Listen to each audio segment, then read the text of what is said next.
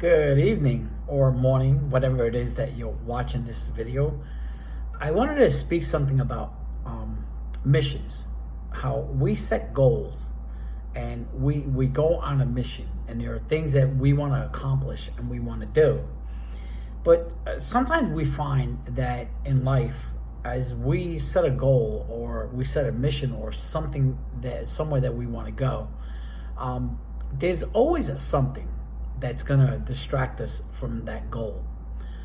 I like to say, as a Christian, I like to say that it's always the enemy, that he's throwing obstacles to keep us from achieving that goal. The world's always going to offer many temptations and many distractions to keep us from where we want to go, or what our goal is, or our mission is that we have to get to. And I'm going to share really quickly a story of what I've been going through in the last week. Yeah, it's been a week. So I came down to Florida to help my sister and my brother, who's been in the hospital for 10 days now, and thank God he gets out tomorrow morning. I get to take him home, and I thank the Lord for this. And he's been working in this trial. He's been working in this circumstance. And I'm going to get a little personal here, and I hope if any of my family members watch this, they don't get upset with it. But my brother was sick, and he had an issues, and I won't go into details on that, but he wound up having to go to the hospital. And my family lives on the west coast of Florida, and he had to go to a specialist on the east coast of Florida in Miami. And so on the trip there, my nephew decided to sit in the back seat of the car with my brother as my sister drove.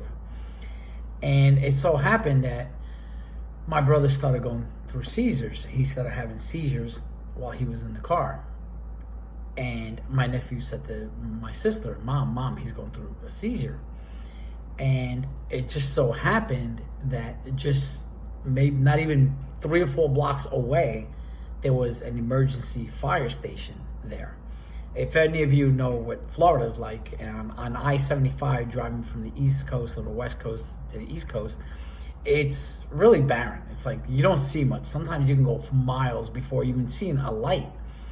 And so as they were telling me the story the other day, I said to them, it's God. It's God working in my brother's life. And, I pray that this trial that he has gone through, it'll bring him to the Lord. Because had my nephew not decided to sit in the back seat with him and sit in the front seat, in the passenger seat instead, I said to my sister, he could have had that seizure and you guys never would have known.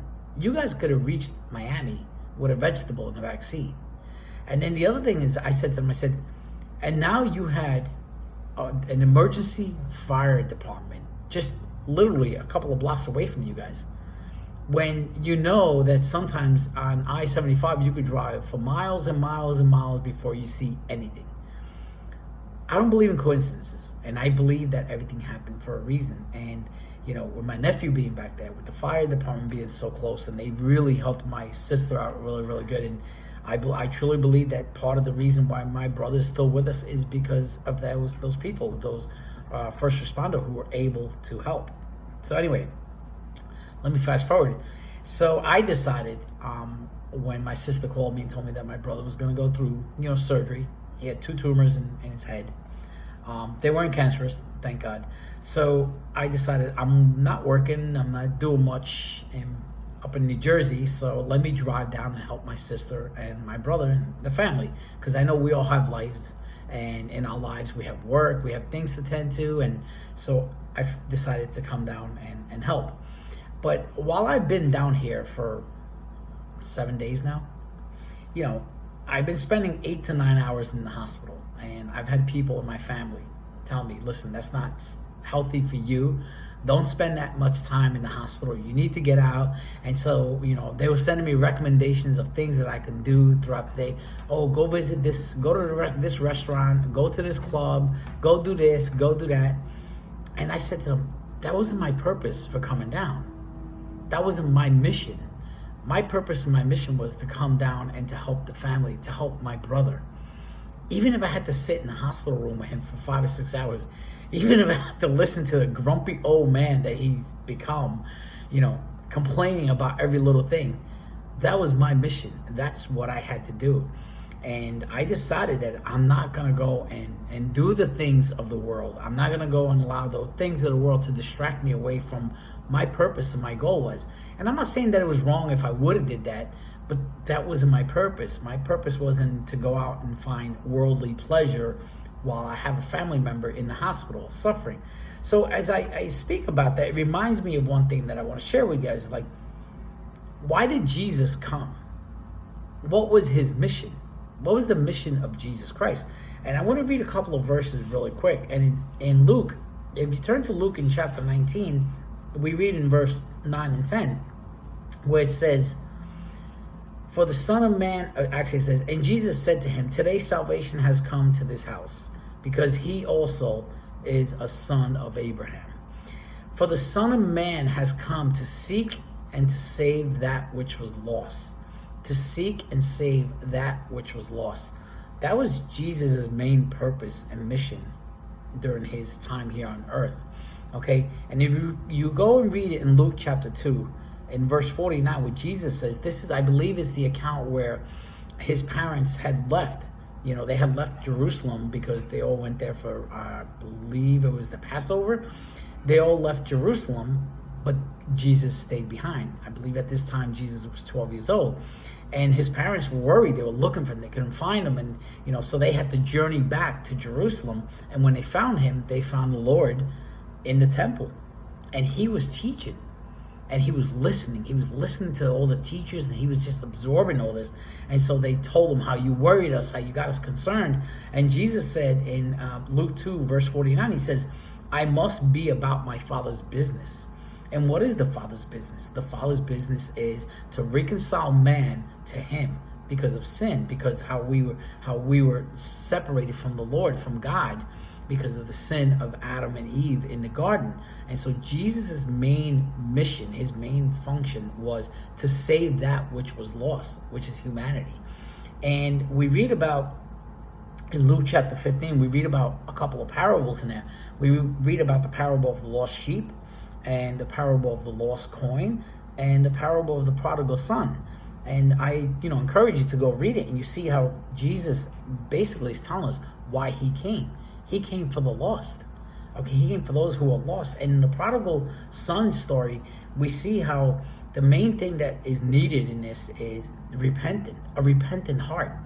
We read about how the son, went out and spent all his inheritance that the father had given him on, prodigal living, on foolish things, on worldly things, okay? And he realized that he was wrong. After he had lost everything, he realized he was wrong. And, and the prodigal son actually returned and said, let me go to my father's house, because even his servants are eating better than me. Even his servants are well off, better than me, because he was, eating out of the, pigsty. So we read how the prodigal son returned, and what did he say?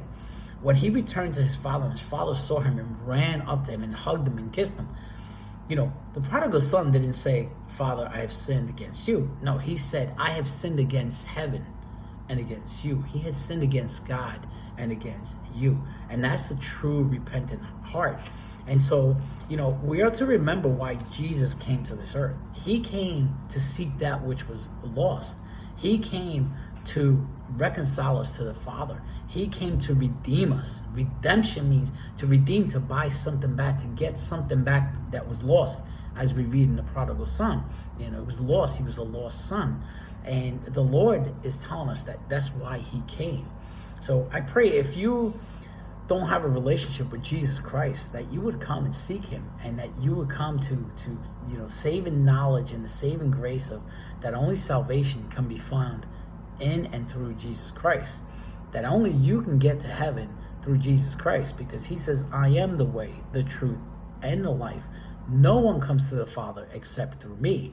And, as I'm reading this, and as I'm going through, thinking about what I've been through in the last 8 days, I kept focused on my mission. And, we have a mission, whatever your mission may be, whether it be to go out and preach the gospel, whether it be to go out and be a better, husband, a better son, a better, family man, to be, to get yourself in good shape, to take care of yourself, or to be a good person and take care of people and help people. We all have missions, okay? Some, we have many missions at times, but sometimes our main mission on this earth is to let others know about Jesus Christ, to let others know about the one who came for those who are lost. So if you have a relationship with Christ, it's up to you to let others know about He who can save, He who came to save the lost.